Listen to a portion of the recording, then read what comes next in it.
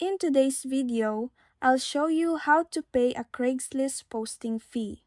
First, open your browser and go to the official site craigslist.org and make sure to log in with your account.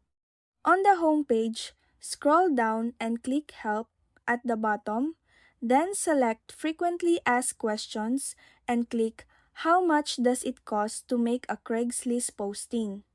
Here you will see information about posting fees. Some types or categories of postings require a fee, while others are free. The exact cost depends on the category and location of the listing. To check the exact fee, click Create a Posting. Choose the type and category of your post, and the fee will be displayed on that page. After creating your post, Craigslist will show a preview so you can review everything before paying. Payment details are entered at the end of the posting process. Take note that the payment is a one-time charge for publishing the post. Craigslist does not charge subscription fees.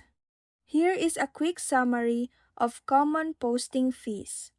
Keep in mind that posting fees may change depending on the category or location. And that's it. That's how you pay a Craigslist posting fee.